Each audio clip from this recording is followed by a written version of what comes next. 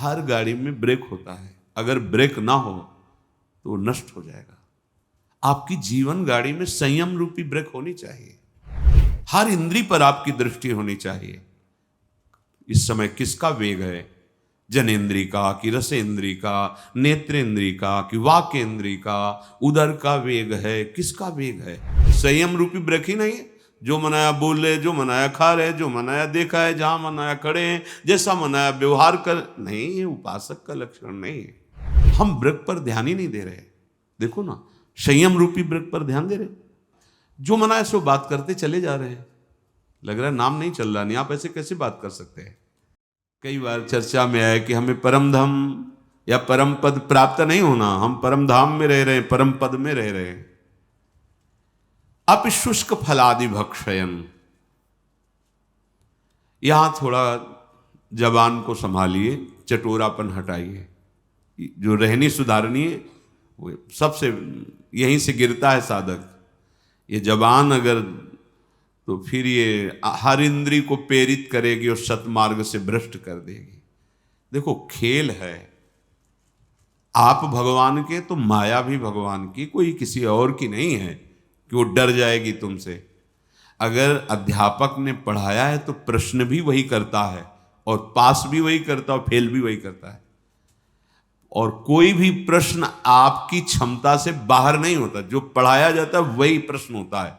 ऐसा नहीं होता कि पढ़ाए कक्षा 5 की बात और प्रश्न करे 10-12 का, ऐसा नहीं होता। आप जिस स्थिति में लाए गए हैं, आपको जो स्थिति का उपदेश दिया गया है, उसी के अनुसार आपको प्रश्न होगा। हमारी रसेंद्री बहुत हमको गिरा देती है, बहुत होश में। अगर हम सात्विक भोजन करेंगे, अल्प भोजन करेंगे, तो विक्षेप से बच जाएंगे। जो आपका मन बार बार भजन से हटकर भोगों में जाता है, ये विक्षेप है। जो पूर्वकृत पापों से अंतःकरण मलिन है, वो क्षण में नष्ट हो जाएगा। आप एकाग्रचित होकर जो ही प्रियालाल के स्मरण, वो भस्म हो जाएगा, उसमें सामर्थ्य नहीं। ये विक्षेप बहुत घातक है। बार बार वृत्ति नाम में लगा और भाग करके संसार में जा रही, रजोगुण तमोगुण आहार, ये रसेंद्री बहुत, जैसे दुग्ध है, खीर है, घृत है, पवित्र वस्तुएं हैं, पर ये मात्रा से अधिक ले लो तो तमोगुण पैदा कर देंगी। है सात्विक, तमोगुण पैदा कर देंगी। मात्रा में प्राण पोषण होता रहे, ये शरीर को अपना मैं मानकर रसेंद्री जिस स्वाद पूर्वक जो हम पाते हैं, ये भजन नहीं होने देता। बहुत बहुत ये अनुभव की बात है, क्योंकि जीवन इसी में गया है।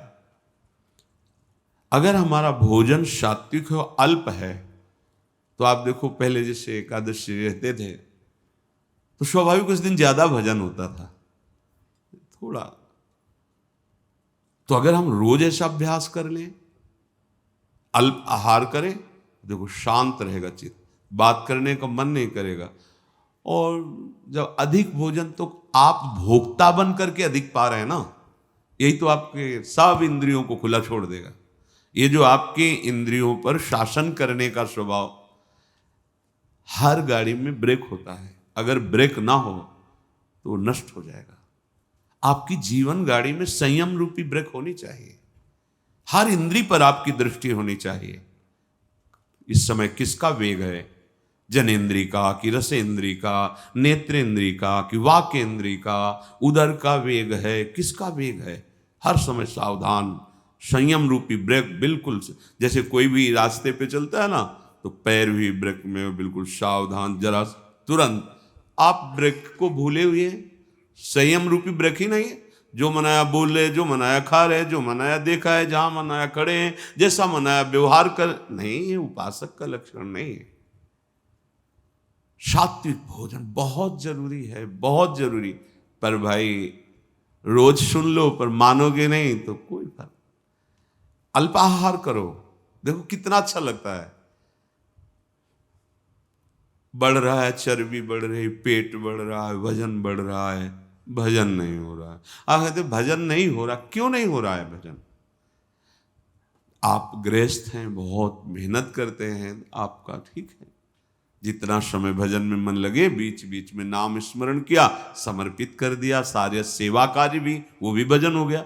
समझिए, इन्हीं के राग के त्याग को वैराग्य कहते हैं, और वैरागी ही अनुरागी होता है।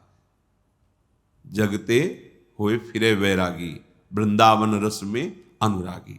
जब तक ये जग का मतलब हम बाहर देखने लगते हैं, यही है जग, इससे राग छोड़ो, सबसे छूट जाएगा, मूल यही है। इंद्रियों के राग, मन के राग, शरीर के राग, इसको समझो, अध्यात्म को समझो। भूल मत करो, भूल मत करो। इसको सजाने का मतलब है बंधन दृढ़ कर रहे हो, समझो। ये शरीर तुम नहीं हो, या अंगूठी, यहां वो चैन सोने की और ये वो, आप इस शरीर का राग पुष्ट कर रहे हो। शरीर का राग पुष्ट होगा तो वासनाओं की धूम मचेगी, वासनाओं के वशीभूत होकर आचरण करोगे, दुर्गति हो जाएगी। और वही हो रहा है, हम शरीर राग पुष्ट कर। हाँ नहीं भाई, जैसी परिस्थिति, आप धनी हो ठीक है, आपके पास है, पहनो, राग पूर्वक नहीं। अगर राग पूर्वक तो फिर वासनाएं बढ़ेगी, रजोगुण बढ़ेगा, वो आपको बांध लेगा, स्वाभाविक है। प्रियाजू को अर्पित करो, प्रसादी आभूषण, प्रसादी वस्त्र। गृहस्थ हो तो, विरक्त हो तो बस जो गुरु ने वस्त्र दिया उसी रहने से, आजीवन उसी रहने से, कुछ भी परिवर्तन नहीं, कुछ भी अधिक नहीं, एक भी वस्तु अधिक नहीं, जैसे जितना वैसे।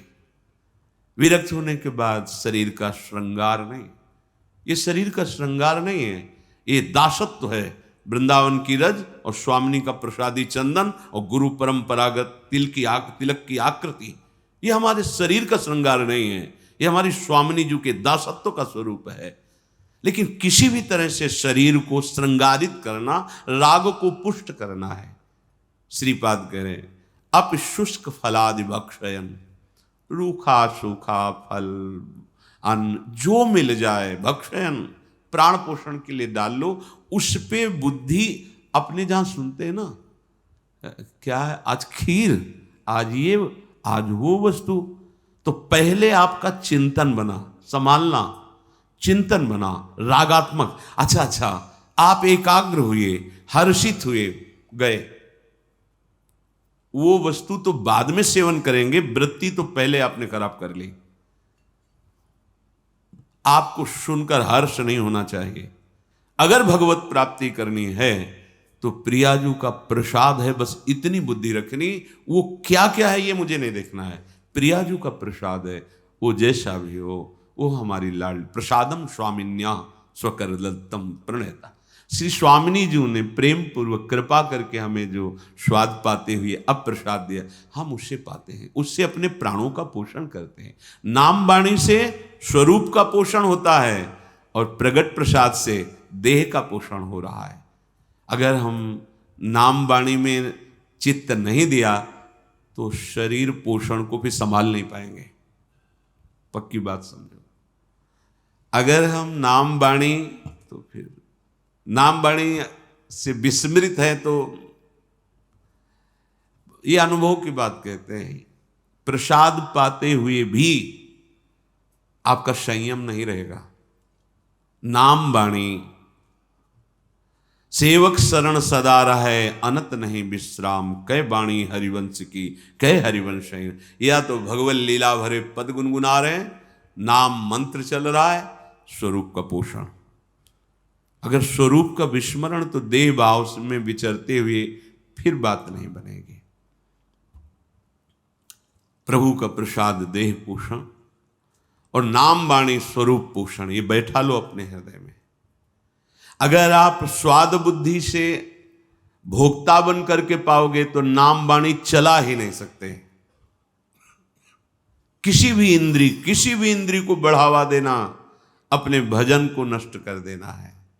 आप प्रार्थना है, थोड़ा समझिए, आप शरीर नहीं हैं, आप इंद्रिय के द्वारा भोगे हुई वस्तुओं के भोक्ता नहीं हैं, आप स्वरूप में स्वयं अखंडानंद हैं, स्वयं भगवदानंद हैं। आप अपने आनंद को भूलकर जो शरीर भाव से विषयों में विचर रहे हो, कभी आनंद का अनुभव नहीं होगा। आप लौटोगे तो देखेंगे आपके अंदर कोई इच्छा ही नहीं रह जाएगी, इतना अंदर आनंद भरा हुआ है। आनंद समुद्र हो तुम। कैसे समझाएं? पानी में मीन पियासी, मुँह सुन सुन आवे हांसी। महापुरुष जन कहते हैं, पानी में मीन पियासी, मुँह सुन सुन आवे हांसी। अरे आनंद सिंधु के मध्य में वास करने वाले आनंद सिंधु, तो इन बिंदुओं से, ओस कणों से अपनी प्यास बुझाना चाहता है। हंसी की बात है, तू आनंद समुद्र में है, आनंद सिंधु मध्य तो वासा, और मर कहाँ रहा है? ओस कणों से प्यास बुझाना चाहता है। रसेंद्री को संभालिए, बार बार प्रार्थना है, नहीं पछताओगे। ऐसे दिन कटते चले जाएंगे, ऐसे दिन। जब भजन में मन लगता है ना, तो सब कुछ व्यर्थ लगता है। आप जिस कार्य के लिए निकले हो, या जिस कार्य के लिए आप वृंदावन वास कर रहे हो, या सत्संग सुन रहे हो, आपकी कितनी तन्मयता है? आप देखते हो अपनी वृत्ति को कहाँ है?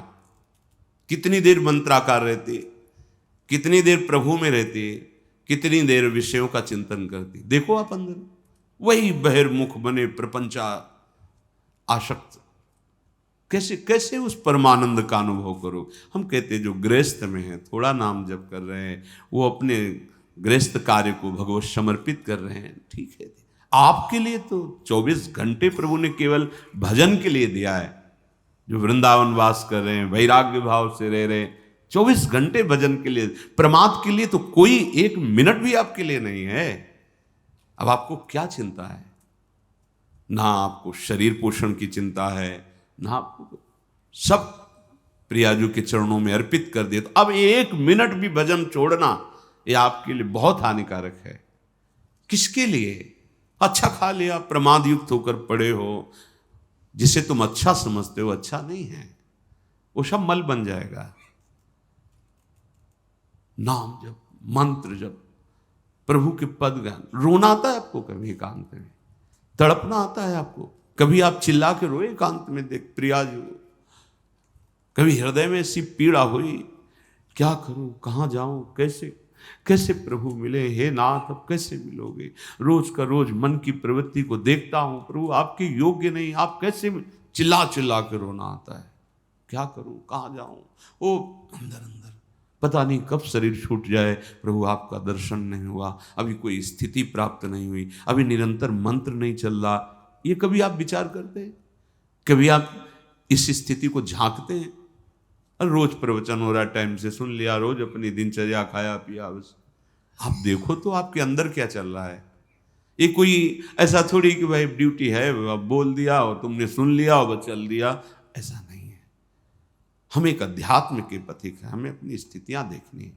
जो मन बुद्धि में, इंद्रियों में कुछ गलतियां हैं, उनको अपनी दृष्टि पे रखना है। हमारे में दूर करने का बल नहीं लग रहा तो हम अपने आराध्य देव से प्रार्थना करते हैं। हम मंत्र जप और बढ़ाते हैं, नाम जप और बढ़ाते हैं, और उन गलतियों को बिल्कुल बिल्कुल रोकते हैं, उनको नष्ट करते हैं। क्योंकि यही है नाम जप, मंत्र जप से आप देख लेना, आप जो चाहेंगे वो हो जाएगा। और मंत्र जप का प्रभाव तो होता है कि चाहे खत्म हो जाती है, आप देखो तो करके। पर वो मंत्र जप करने के लिए, भजन करने के लिए, अध्यात्म में आगे बढ़ने के लिए इंद्रियों का संयम जरूरी है, जरूरी। हमने महापुरुषों को देखा है, संग हुआ है, बड़े ही विरक्त महापुरुष। तो प्रयाग में भी थे साथ कुछ समय। अब जैसे वहाँ तो भंडारा है प्रयाग में, तो जब कुंभ लगता है तो सब, तो किसी भी जैसे साथ थे, एक खप्पर रखते थे, नारायण बोले पंगत में बैठ करके पा लीजिए, बोले हमारा स्वभाव नहीं, आपको देना है तो इसे दे दीजिए। बड़े ही विरक्त महापुरुष, ऐसा लगता था हम साक्षात ब्रह्म के साथ हैं। हाँ, सामने पदार्थ लाए, ये हाँ ये नहीं ये, और इतना जितना लिया, और गंगा किनारे बैठ करके ब्रह्मार्पणम ब्रह्मवेरु, शांत रात दिन अपने चिंतन में, कहीं कोई प्रपंच का भान नहीं। अब समय भी नहीं रह गया विचरण वाला, क्योंकि युग धर्म का प्रभाव होता है। अब जैसे आप जवान जवान साधक हो, आप विचरण नहीं कर सकते, अमंगल हो जाएगा। अब वो ना मना स्थिति ऐसी है और ना समाज स्थिति ऐसी है। संत को देखते ही भगवत भाव से, अब तो संशय वृत्ति से देखा जा सकता है। तो भगवान ने कृपा करके धाम और तीर्थों में, पुरियों में वास दे दिया। अब हमारा क्या कर्तव्य है? एक क्षण भी प्रभु का विस्मरण ना हो। हमें जगत मंगल के लिए कुछ और करने की जरूरत नहीं है। आप जितना भजन करेंगे तो रोम रोम से आपके ऐसे परमाणु प्रकट होंगे, जगत मंगल स्वतः होने लगेगा, स्वतः होने लगेगा। पर आप रुकिए अपने, जैसे हम मार्ग में चलते हैं हर समय वृक्ष पर ध्यान रहता है कि अगर वृक्ष, तो फिर हम वृक्ष पर ध्यान ही नहीं दे रहे। देखो ना, संयम रूपी वृक्ष पर ध्यान दे रहे, जो मना है सो बात करते चले जा रहे हैं। लग रहा है नाम नहीं चल रहा, नहीं, आप ऐसे कैसे बात कर सकते हैं? वो आकृति अलग होती है, नाम चल रहा है, बात कर रहा तो उसकी एक अलग दृष्टि होती है, आंतरिक दृष्टि, वो नेत्रों में झलकती है कि वो यहाँ बात कर रहा है लेकिन पूरा नहीं है। अर्थ पर दृष्टि बहुत धोखा कर देती माया, बहुत धोखा। बार बार प्रार्थना करके कहते सावधान, माया का कार्य है भगवत विस्मरण करा करके राग पूर्वक बांधना, वस्तु में, व्यक्ति में, स्थान में। नहीं भाई नहीं, होश में। अगर हमारा ये अचला 1 वर्ष चलता है तो हमें दूसरा लेने की जरूरत नहीं। ओढ़ना ही तो ना, हमारा वस्त्र जितना प्रयोग में आता है उतना वर्ष। जब तक भगवदाकार वृत्ति नहीं हो जाती तब तक यह सिद्धांत अपने में नहीं लागू करना चाहिए कि महलों में रखे चाहे झोपड़ी में वास दे। आप फेल हो जाएंगे, क्योंकि आपका राग नष्ट नहीं हुआ। ये सिद्धों की स्थिति है, महलों में राखो चाहे झोपड़ी में वास दो। दत्तात्रेय जी महाराज कहते हैं, कभी कभी मैं राजमहलों में सुंदर पलंगों पर सुंदर नाना प्रकार के भोग सामग्री पाते हुए वहां पड़ा रहता हूं, तो कभी स्मशान में और कभी फुटपाथ में धूल धूसरी। ये स्थिति नहीं है। कभी बड़े बड़े राजाओं के द्वारा पूजित होता हूं, कभी जो मूढ़ पुरुष उनके द्वारा अपमानित होता रहता हूं, कोई फर्क नहीं। अपनी स्थिति नहीं है, ये सिद्धों की स्थिति है। महलों में राखो चाहे झोपड़ी में वास दो, अपनी स्थिति अभी राग युक्त है, हमको बचना है। जब तक वैराग्य युक्त वृत्ति नहीं होगी तब तक वो वृत्ति का क्या होता है, चिपकाव होता है। किसी वस्तु चिपक गया, किसी व्यक्ति उस पर चिपक गया। कैसे चिपका आप जानोगे? जब आप एकांत होगे, उस वस्तु की याद आवे, उस व्यक्ति की याद आवे, तो आप आसक्ति, वो हर वस्तु, व्यक्ति, स्थान, और हमारी वृत्तियां फैलती रहती है। तो उपासना किस बात की हो रही? चित्त वृत्ति को रोक करके प्रभु में लगाना। अब गोपियों की स्थिति है कि वो व्यवहार के कार्य सब कर रही है, लेकिन एक एक वृत्ति कृष्णाकार है। ये कोई स्त्रियां है? परमहंसों की पूजनीया गोपी ये कोई स्त्री है? मुरारी पादार्पित चित्त वृत्ति। ओह, बड़े बड़े महापुरुषों ने इनकी चरण रज वंदना की। एक दिन वो संत आए थे महाराष्ट्र से, कृपा करके परिकर। कोई कोई शब्द होता है जो एकदम दिमाग में छा जाता है।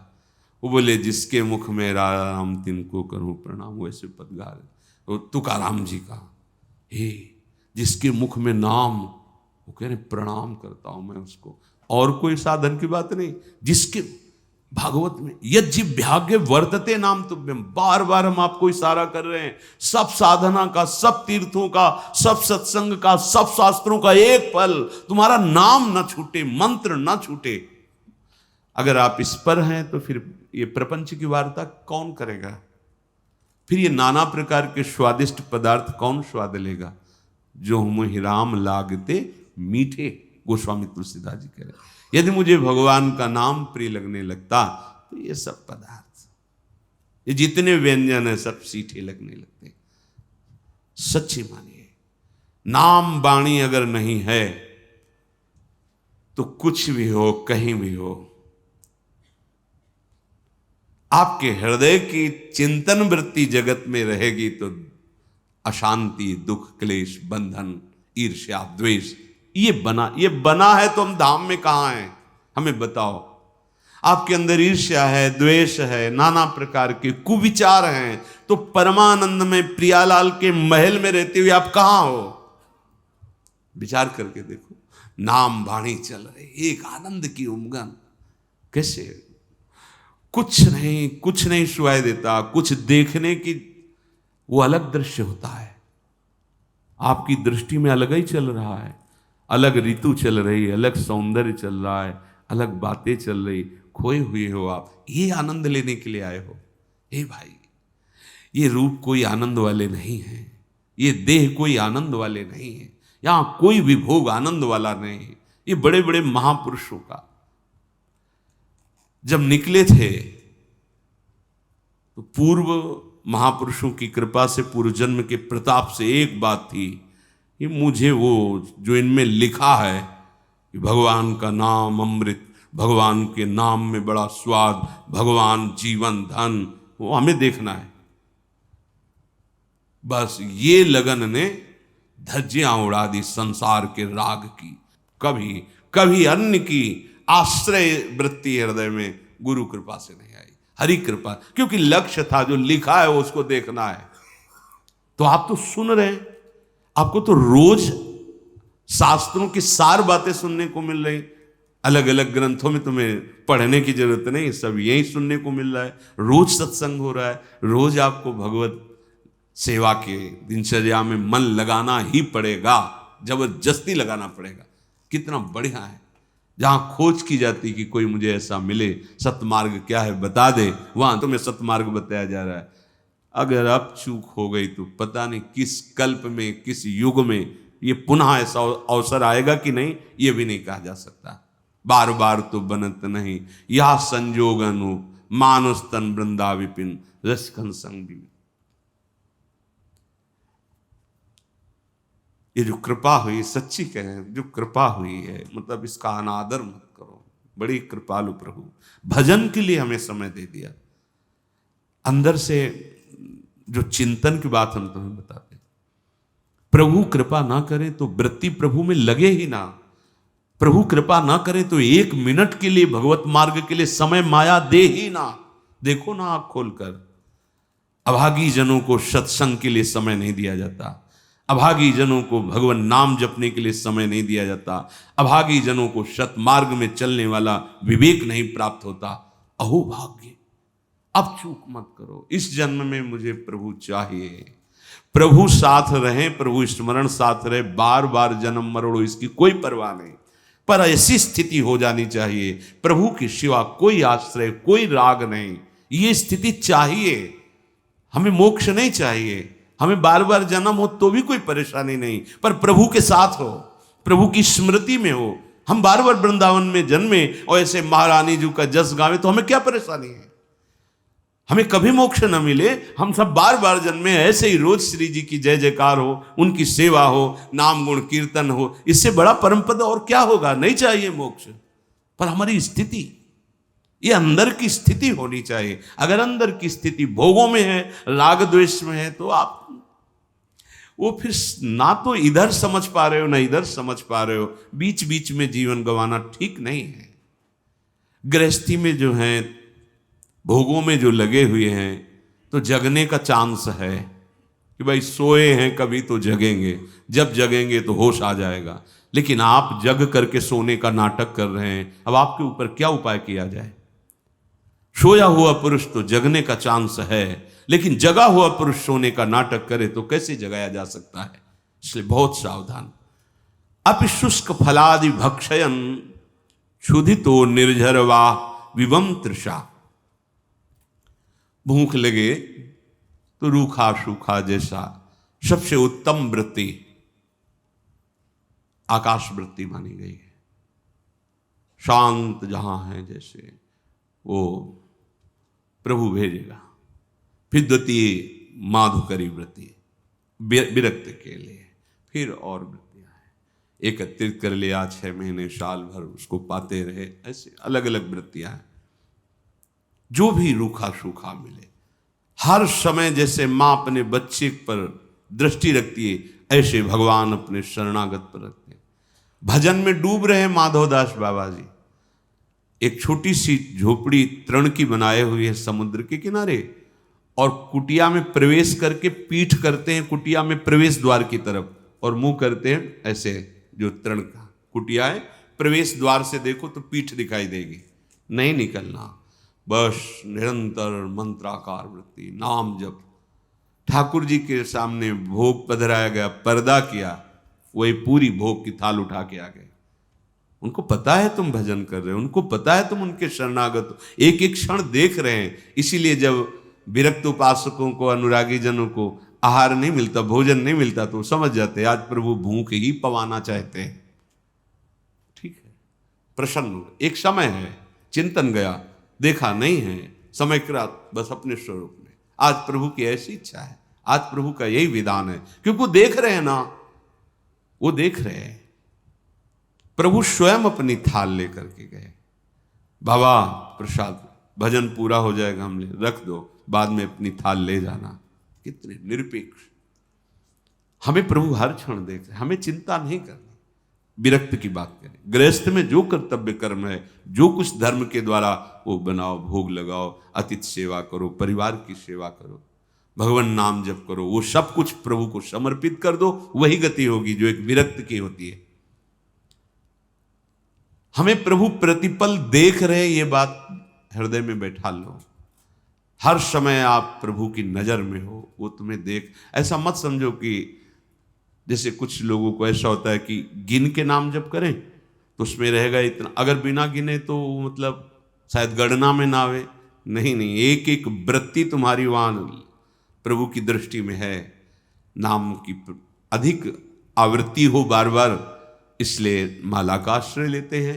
नहीं, खास बात है सुमिरन, चित्त वृत्ति का प्रभु में निरंतर लगे रहना। माला से हो, काउंटर से हो, आजकल चला है, या बिना माला से हो, जैसे भी बने तुम्हें, तुम्हारी वृत्ति प्रभु में लगी रहे।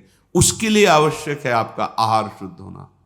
बहुत बार ये अनुभव हुआ है, आहार जब अच्छा समझ के पाया गया है तो भजन में नीरसता आ गई है, और जब आहार अल्प और स्वाद रहित होकर पाया गया है तो भजन में सरसता रही, गंभीरता रही, तन्मयता रही।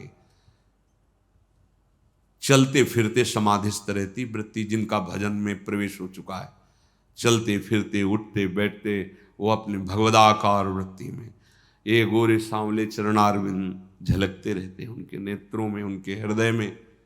वही तो आप भी हो ना, आप भी तो प्रभु के अंश हो, आप भी तो प्रभु के जन हो, वही अनुभव करने के लिए निकले हो, फिर अन्य में राजी क्यों हो जाते हो?